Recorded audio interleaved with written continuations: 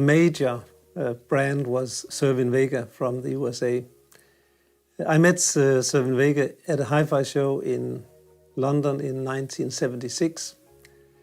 That was a typical British show where all the British manufacturers, they were showing their little turntables, their little speakers, and everything was nice and tidy, and they sat with a small moustache and showed the intricacies of their tiny little hi-fi systems and so on.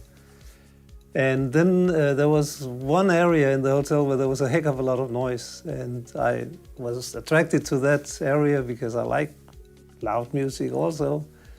So came to a door where apparently there was a lot of noise inside. There was a lot of music playing inside. And on the door there was a sign saying, "In this room we play loud. If you don't like it, please stay outside." Of course I went in, and inside was Gene Cerwinski, the only time he was ever at a hi-fi show in Europe.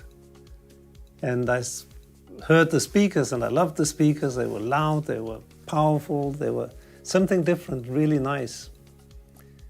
And I was into loud music, rock and roll and so on at that time also.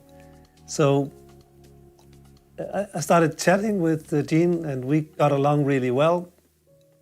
And he promised to send his sales manager to Denmark after the show.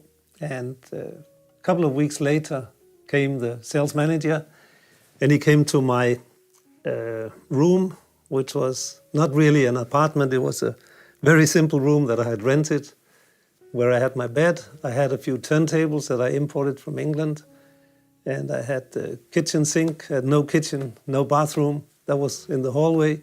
So it was super, super simple. And sales manager came, and we were sitting. I had one extra chair so we could sit across, and there was a bed. There was my warehouse. Everything was what I had. And I was later told that he had called back to Gene Cerwinski and said, "This guy, Peter Lyngdorf, he does not have anything. He has a few turntables. He doesn't have a warehouse. He doesn't have a company. This is ridiculous. We can't give the speakers to him. You know, it's impossible." And Gene Cerwinski told him, "Peter's going to get a 5-year contract. I trust the guy." So I got a 5-year contract out of the blue.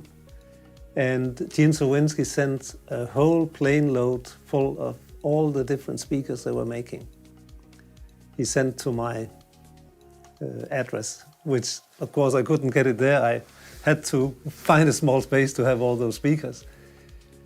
Then I went out to dealers and started collecting orders. And within a few weeks, I had enough orders to buy a 40-foot container.